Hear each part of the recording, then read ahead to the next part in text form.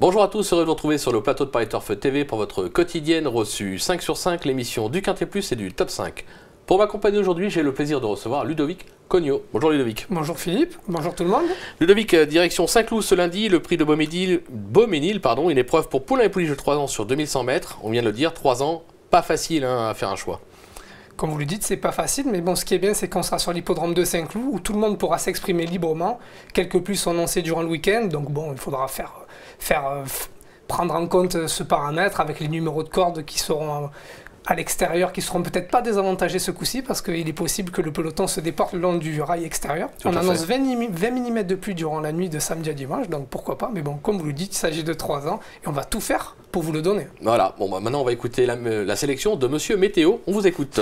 J'ai placé en tête le numéro 2 Flamby-Sister, l'As DIT, le 8 Stéréo, le 9 Strive for Greatness, le 10 Penjac, le 13 Falcao Negro, le 3 Donuts Rayor et le 6 Top Sensation. Allez, on rebondit sur votre favorite, le numéro 2, Flamby-Sister, qui a montré de la vitesse et de la tenue depuis ses débuts. Sa forme est sûre. Maintenant, le 16 dans les stalles, ça pouvait m'inquiéter. Mais vous me dites, ça peut venir à droite toute à l'arrivée, donc on s'en méfie. En plus, c'est une Stormy River et elle a déjà fait ses preuves à maintes reprises en terrain très souple. Elle vient de devancer un Fabre doué et estimé, a déjà gagné corde à gauche. Donc moi, c'est pour ça que je la place en tête. En plus, elle a déjà fait ses preuves au niveau des listed et porter 59 kg. Il s'agit d'une pouliche endurcie, ne me fait pas peur. Franchement, il faudra être fort pour la battre. Ça, c'est annoncé, c'est fait, ça va gagner tout seul. Vous le posez toutefois, l'As DIT. Mais avant d'en parler, on va écouter Pierre-Charles Boudot puisque Florent Guy a été à sa rencontre. On l'écoute tout de suite. C'est vrai qu'elle a gagné facilement son handicap à Fontainebleau dans du terrain pénible. Et la dernière fois, elle a confirmé dans une bonne course à conditions. Pierre-Charles, 4 kg de pénalité, est-ce que c'est pas un peu beaucoup? 4 kg, oui. Maintenant, elle le faisait avec la manière. C'est une pouliche qui apprécie les terrains souples. Si on a la chance d'en avoir pour cet événement, ce sera un plaisir. Est-ce qu'elle est maniable? C'est une pouliche qui est très facile, elle a juste besoin d'un dos et elle a une très bonne pointe de vitesse. À vous entendre, on est quand même confiant. Oui, quand même confiant, surtout si on a la chance d'avoir du terrain souple. Je pense pas que la pénalisation soit un problème pour elle. C'est la confiance. De toute façon, on n'a rien à rajouter. Monsieur Météo bis a raison. Le terrain souple devrait l'avantager. En plus, elle a couru à 2 reprises au niveau des handicaps. C'était pas des gros handicaps, c'était pas d'événements, mais elle a pris 2 places. Donc elle a déjà gagné corde à gauche, on fait confiance en Pierre-Charles Boudot, on la place très haut dans notre pronom. Et voilà, on a couplé caisse. On passe au 3e de votre choix, le 8 Stéréo.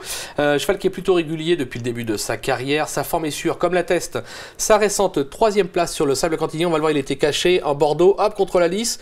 Très belle fin de course, on a l'impression qu'il va être facile 2e, puis bon, il va se faire juste taper à la fin pour la 2e place et conclure 3e. Ça sera sur gazon cette fois, il faut le reprendre en confiance. Évidemment, il a déjà d'ailleurs fait ses preuves sur le gazon, donc il vient de prouver sa compétitivité en 35,5 de valeur et dépend du redoutable entraînement d'Élie Lelouch, qui réalise des prouesses depuis le début de l'année, car il a fait une belle réussite dans toutes les épreuves où il présente des pensionnaires. Donc il s'agit également d'une bonne base. Allez, on va s'en méfier. Là, maintenant, ça se complique pour moi avec le numéro 9. Attention, Strive for Greatness, on va le dire comme ça, qui affiche cette année pas moins de 1 succès et 5 accès en 7 tentatives. Il a fait ses preuves sur la distance, le 3 dans les stalles, c'est pas mal ça. En plus, c'est un poulain que je suis depuis cet hiver sur la Riviera, où il a fait preuve d'une louable constance. Il vient de s'imposer d'ailleurs à Cannes-sur-Mer sur un profil à main gauche sur une même distance et en bon terrain. Je le préfère en terrain souple où il avait obtenu une bonne place dans un handicap en 33 de valeur cette année à Fontainebleau. Là, il a été pénalisé de 2 kg, mais bon, si Christian Scandella se déplace à Saint-Cloud, je ne pense pas c'est pour aller visiter la Tour Eiffel ou quoi que ce soit. Donc tous les feux sont au vert, ça sera un bel outsider, il devrait avoir une belle cote à l'arrivée. On va s'en méfier. Le numéro 10, Penjac, c'était pas terrible la dernière fois-ci?